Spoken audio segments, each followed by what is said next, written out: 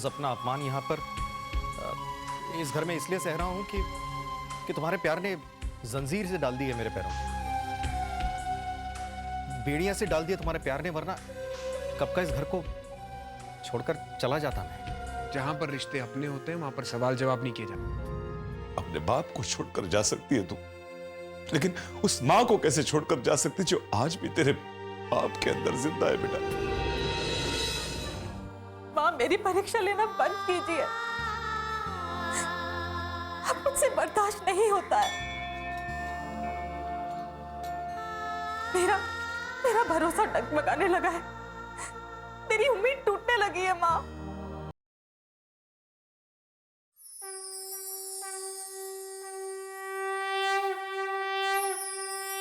माँ, अगर आप सच में जगत माँ हैं, तो मेरी उम्मीद और मेरे भरोसे को टूटने मत दीजिए, प्लीज माँ। मेरी लाज रखना माँ, मेरी लाज रखना।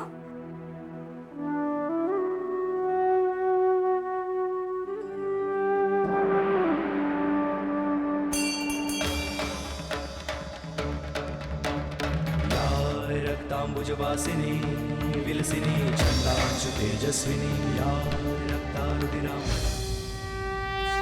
यथाशस्तितो नित्यं वायुः सर्वत्र गोवा।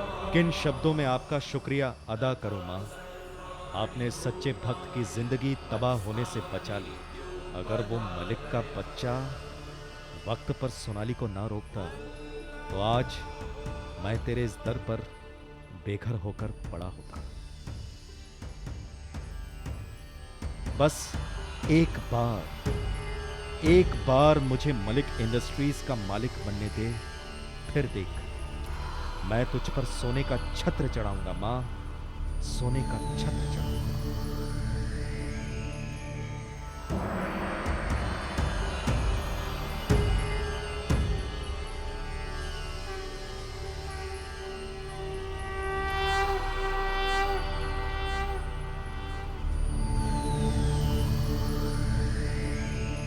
लो बेटी प्रसाद, सदा सुहागिन रहो, तुम्हारी जोड़ी बनी रहे।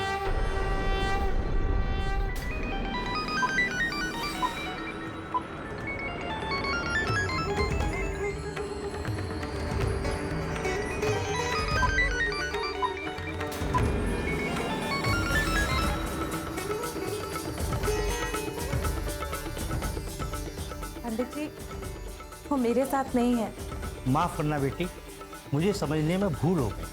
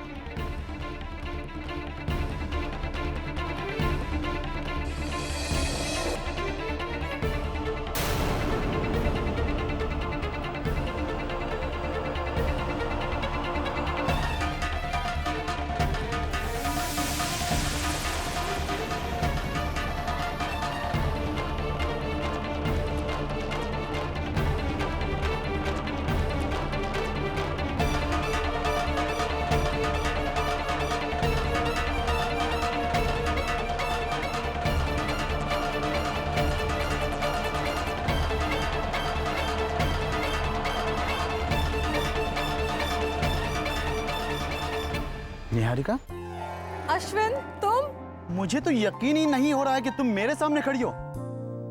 यकीन तो मुझे भी नहीं हो रहा कि हम यूं अचानक इस तरह से कभी मिलेंगे। भला हो उस चोर का जिसके कारण तुमसे मिलना हुआ। यहाँ रोड पे खड़े होकर कब तक बातें करेंगे? चलो किसी रेस्टोरेंट में चलकर आराम से कॉफी पीते हैं। नहीं अश्विन, आज नहीं, फिर कभी। निहारिका, आज मैं तुम्हारी एक भी बात नहीं सुनूंगा। तुम्हें मेरी बात माननी ही होगी। तुम्हें हमारी पुरानी दोस्ती की कसम, आज तुम्हें मेरे साथ चलना ही होगा। आज मैं थोड़ा सा जल्दी में हूँ। प्लीज। सॉरी, मेरा पर्स। Thank you, bye.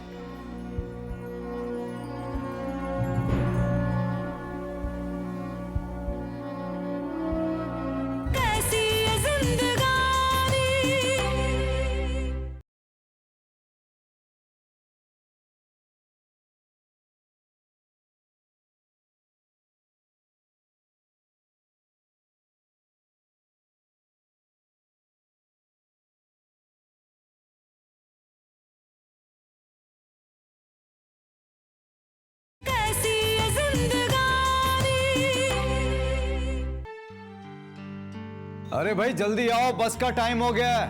हाँ हाँ आ रही हूँ। कहाँ रह गई थी तुम? मंदिर में माथा टेक रही थी। टैक्सी आ गई क्या? अरे भाई टैक्सी आए 15 मिनट हो गए और मैंने तो सामान भी रखवा दिया। चले? चलिए। पापा, मम्मी, आप लोग कहाँ जा रहे हैं?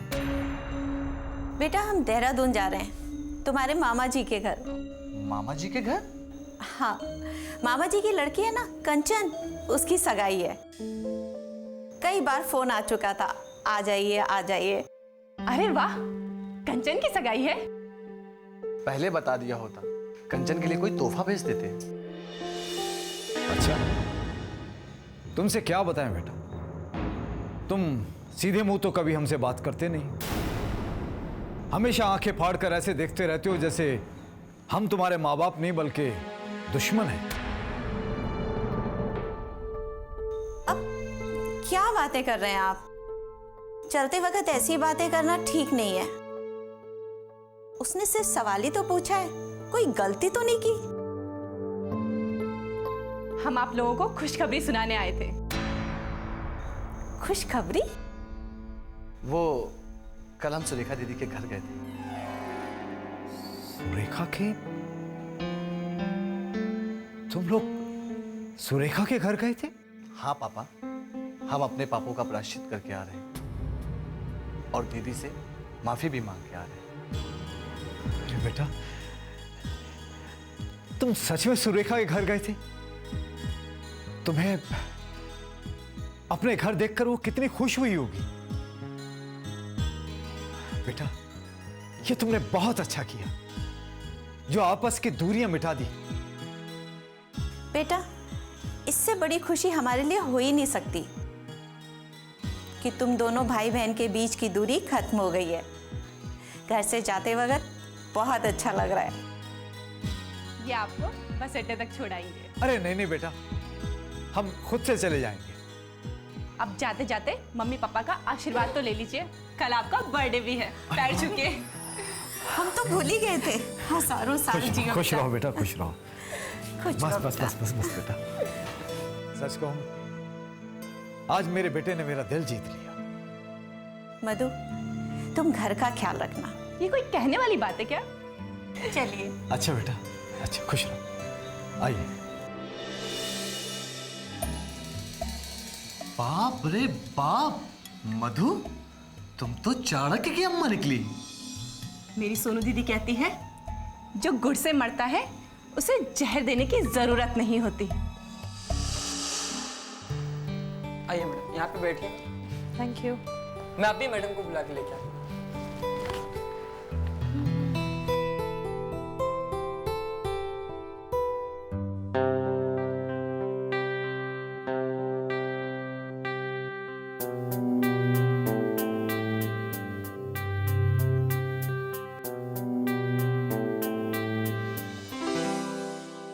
निहारिका,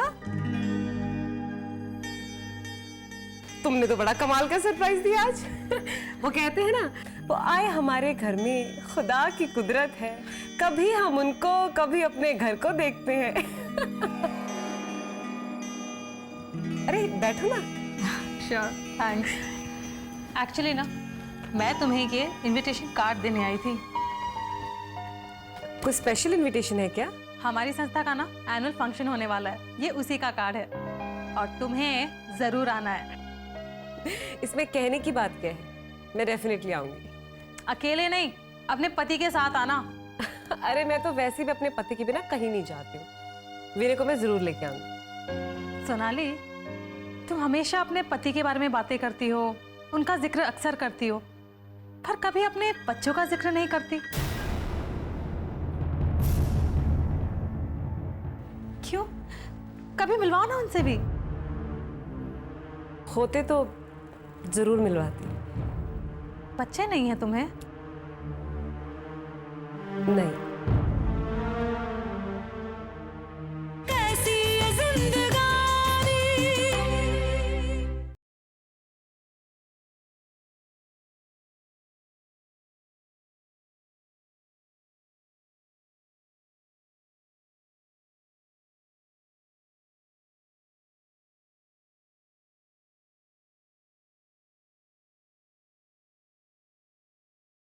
कैसी ये जिंदगानी।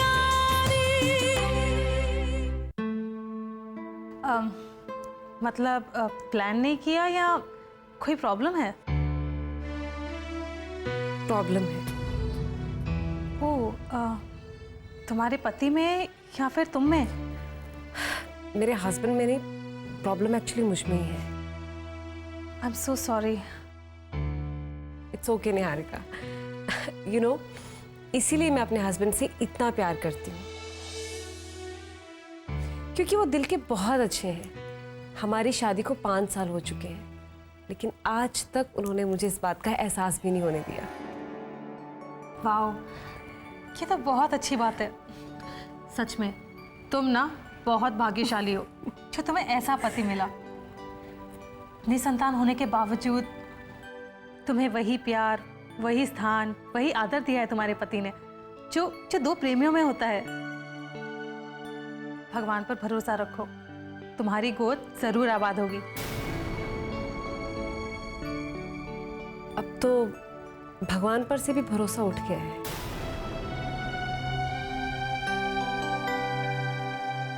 सोनाली, मैं तुम्हें एक लेडी डॉक्टर से मिलवाना चाहूंगी, डॉक्टर बरखा। नहीं निहारिका, कोई फायदा नहीं है। मॉरिशस में मैं बहुत बड़े डॉक्टर से मिल चुकी हूँ। यू नो, डॉक्टर बरखा बहुत अच्छी डॉक्टर है, उनको मैं काफी टाइम से जानती हूँ। वो अक्सर ऐसे केसेस अच्छी तरह से सॉल्व करती हैं। डॉक्टर बरखा के इलाज से मैंने कई निसंतान औरतों की गोद भरते हुए देखी है। मेरा दिल कहता है तुम्हारी गोद भी जरूर भरेगी।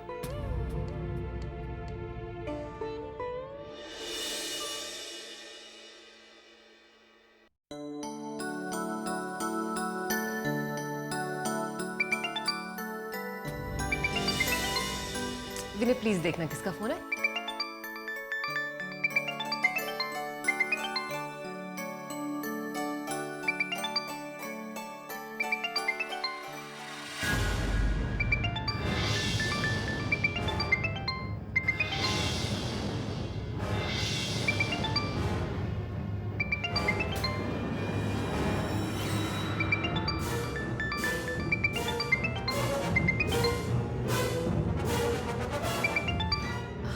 किसका फोन है विनय?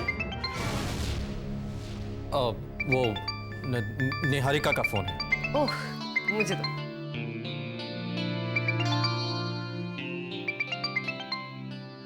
हेलो निहारिका। सोनाली। हाँ निहारिका, कैसी हो? तुम्हारे लिए गुड न्यूज है। जल्दी बताओ, नेकी और पूछ पूछ। मैंने तुम्हारी अपॉइंटमेंट डॉक्टर बरखा के साथ फिक्स कर ली है। सच? डॉक्टर बरखा का अपॉइंटमेंट मिल गया? कब जाना है? शाम 5 बजे का अपॉइंटमेंट है। उनसे मिलने सिटी हॉस्पिटल चलना है। ठीक है, मैं पहुंच जाऊंगी। Thank you so much Niharika. Okay, see you, bye bye.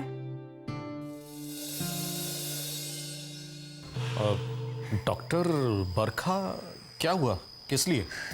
विनय, घबराने की कोई बात नहीं है। वो निहारिका मुझे एक लेडी डॉक्टर से मिलवाना चाहती है। ओह, ओके। मुझे लगा कोई प्रॉब्लम हो गई है। तुम्हें तो पता है, तुम्हें तकलीफ में देख करके मैं कितना परेशान हो जाता हूँ। लेकिन अब परेशान होने की कोई बात नहीं, क्योंकि अब हमारी जिंदगी में खुशियां खुशियां आने वाली हैं। तुम जानते हो विनय, निहारिका ने मुझे यकीन दिलाया है कि इस डॉक्टर के इलाज से मैं जरूर मां बन पाऊंगी। सोचो विनय, जब मैं मां बन जाऊंगी तो तुम्हें कितनी खुशी होगी। खुशी? हाँ, बहुत बहुत ज्यादा खुशी होगी। सोचो ना, जिस दिन ऐसा हो गया वो कितना बड़ा दिन होगा हमारे लिए, है ना? यह निहारिका किसी बुरी आत्मा की तरह क्यों मेरे पीछे पड़ी है? जाती क्यों नहीं मेरी जिंदगी से? कैसी ये जिंदगानी।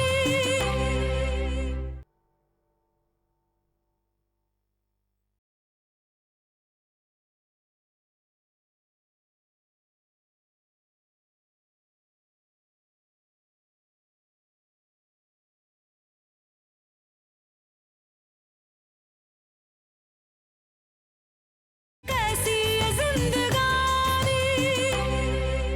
Happy birthday to you, happy birthday to you, happy birthday dear Rajesh, happy birthday to you.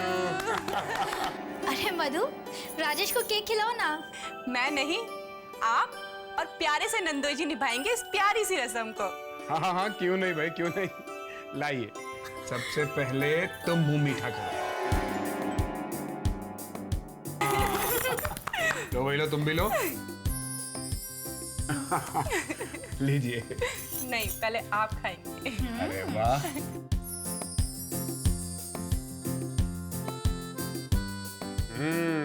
भाई केक का स्वाद तो डबल हो गया।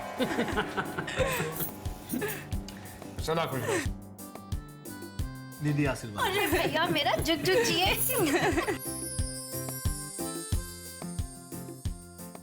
एक मिनट, हाँ।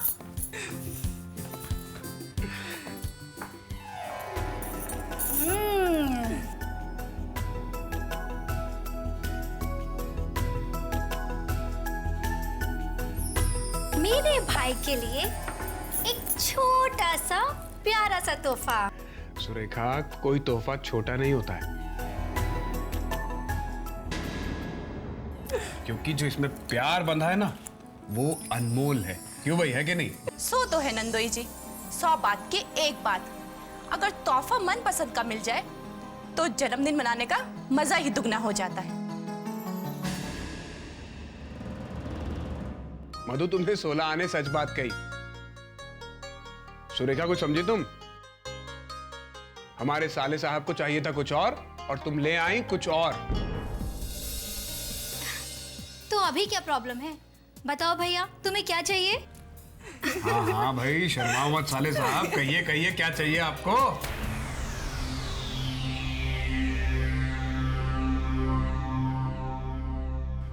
जीजा जी वो कुछ पैसे चाहिए थे बिजनेस के लिए।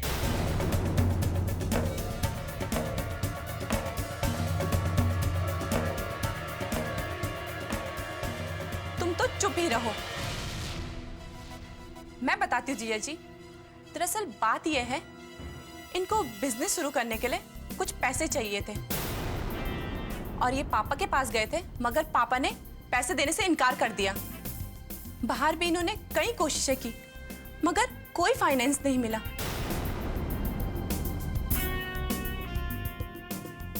अब ये मेरे पीछे पड़े हैं कि मैं अपनी मम्मी पापा से हाथ फैलाकर भीख मांगूं।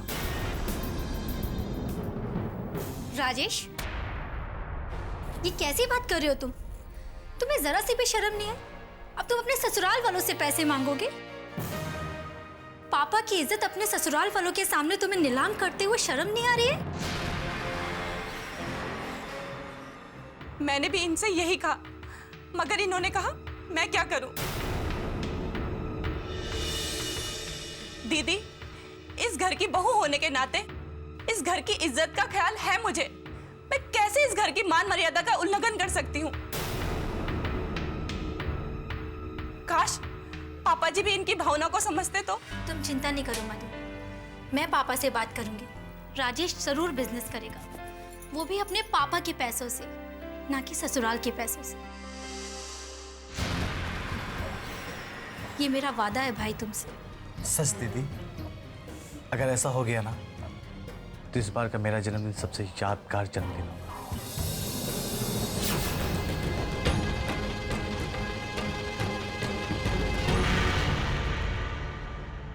शादी के इतने साल गुजर जाने के बावजूद अगर एक औरत को औलाद का सपना मिले तो वो औरत कैसे कश्मकश में गुजरती है।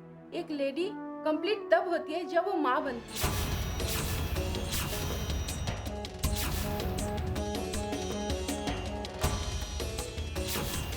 आज मैं निहारिका के साथ डॉक्टर के यहाँ गई थी। इन डॉक्टरों के चक्करों में मत पड़ो। जब हमारी किस्मत में औलाद लिखी ही नहीं है तो फिर इस सब का क्या फायदा।